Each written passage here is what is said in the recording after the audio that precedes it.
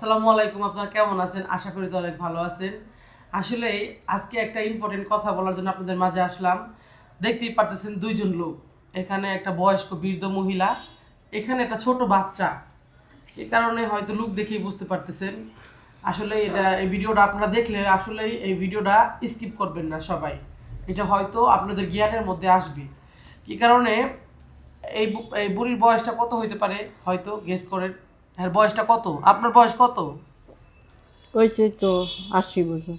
80-90 বছর, 100 বছর হয়েছে হয়তো। হয়তো বলতে পারতেছে না সে, কি কারণে তার ভিতরে শিক্ষার আলো নাই। আর প্লাস আপনি কি কিতাব পড়ছেন, কোরআন পড়ছেন?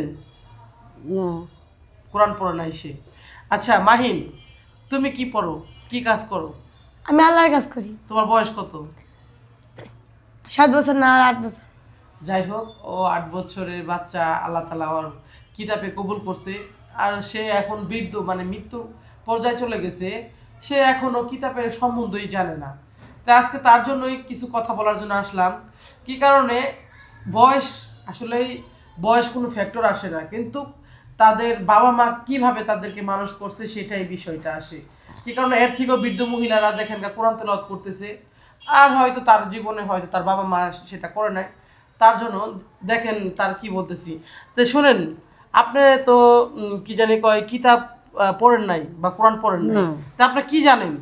আমি যেটা গান টান করতে পারি। দেখেন সে গান বলতে পারে কিন্তু কিতাব বলতে পারে না, হতভাগ্য। কি বলবো, আসলে এটা খুব কষ্ট দেয়। যেটা আসলে আমি নিজেও কিতাব কিন্তু পড়ি নাই, তবুও তো অনেক কিতাবের অনেক কিছু জানি ব্যাখ্যা।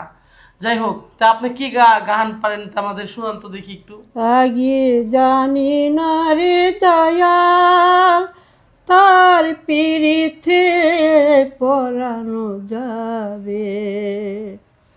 পিরিতি পিরিতি বিষমা পিরিতি, এমন পিরিতি ভাবে কয়জন জানে। দয়াল আঙ্গুল কাটিয়া কলম বানায়া, আমার নয়নের জল করলাম কালি রে। এ আগে জানি না, আগে জানি না রে দয়াল, তার পিরিতি পরানো যাবে। যাই হোক, সাগর শিশিরা। যাই হোক।